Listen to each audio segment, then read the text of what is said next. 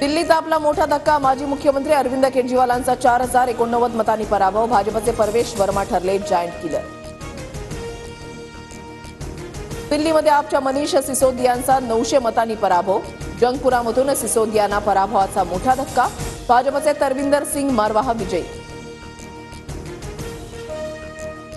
दिल्ली विधानसभा निवडणुकीमध्ये आपच्या नेते आणि मुख्यमंत्री आतिशी विजयी, भाजपचे रमेश बिधुडी यांचा पराभव, तर जिंकली तरी लढाई सुरूच राहणार, आतिशींची प्रतिक्रिया।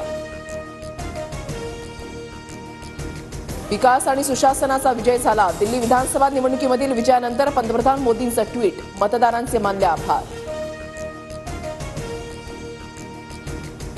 27 वर्षांनंतर देशाच्या राजधानीमध्ये भाजपचं कमळ फुललं, मोदींच्या उदयानंतर दिल्ली विधानसभेची सत्ता पहिल्यांदाच भाजपकडे, गेल्या वेळच्या 8 जागांवरून यंदा भाजपची 47 जागांवर मुसंडी।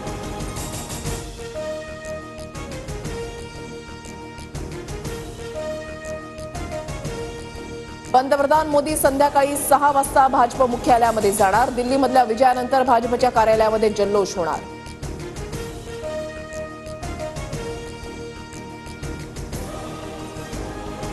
दिल्लीमध्ये आम आदमी पार्टीला झटका, 12 वर्षांपासूनचा केजरीवालांचा अभेद्य गड भाजपनं भेदला, तर मजबूत विरोधी पक्षाच्या भूमिकेमध्ये काम करणार, अरविंद केजरीवालांची प्रतिक्रिया। केजरीवालांनी सुरुवातीला चांगली कामं केली, मात्र सत्ता आणि पैशाची मस्ती त्यांच्या डोक्यामध्ये गेली, दिल्लीमधल्या पराभवानंतर अण्णा हजारेंची केजरीवाल यांच्यावर टीका। 2019 मध्ये विधानसभेसाठी ठाकरे पवारांमध्ये प्री पोल अंडरस्टँडिंग, भाजपचे 120 आले असते तर ठाकरे सोडून गेले नसते, मात्र सरकार बनवू शकतो हे कळताच त्यांनी रंग बदलले, फडणवीसांचा मोठा दावा।